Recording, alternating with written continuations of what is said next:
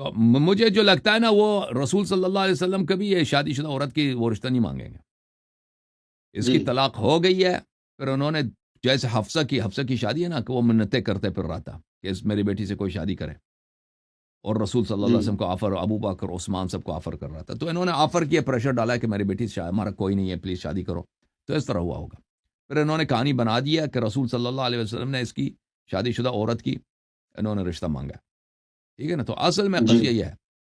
تو اس نے طلاق جی دیا، پھر رسول صلی اللہ علیہ وسلم نے عائشہ سے شادی کی. تو یہ حصہ، یہ پارٹ کہ رسول صلی اللہ علیہ وسلم نے شادی شدہ عورت کا رشتہ مانگا، یہ ہم اس کو نہیں مانتے.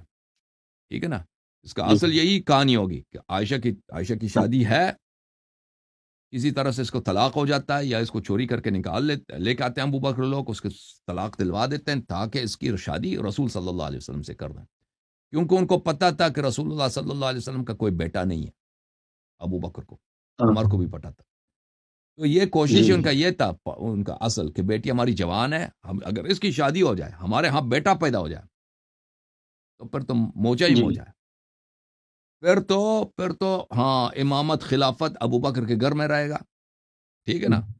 پھر تو صحیح ہمارے کوئی روکنے والا نہیں. اصل ان کا پلاننگ یہ تھا کہ کسی نہ کسی طریقے سے ہم شادی کرا دیں اپنی بیٹی کا، تاکہ یہاں پہ نسل ہو نبی صلی اللہ علیہ وسلم کی. نسل ہو گیا تو پھر علی علیہ السلام کو خلافت کبھی نہیں دیں گے، کہیں گے یہ رسول کا بیٹا ادھر ہے. صحیح ٹھیک ہے صحیح. نا.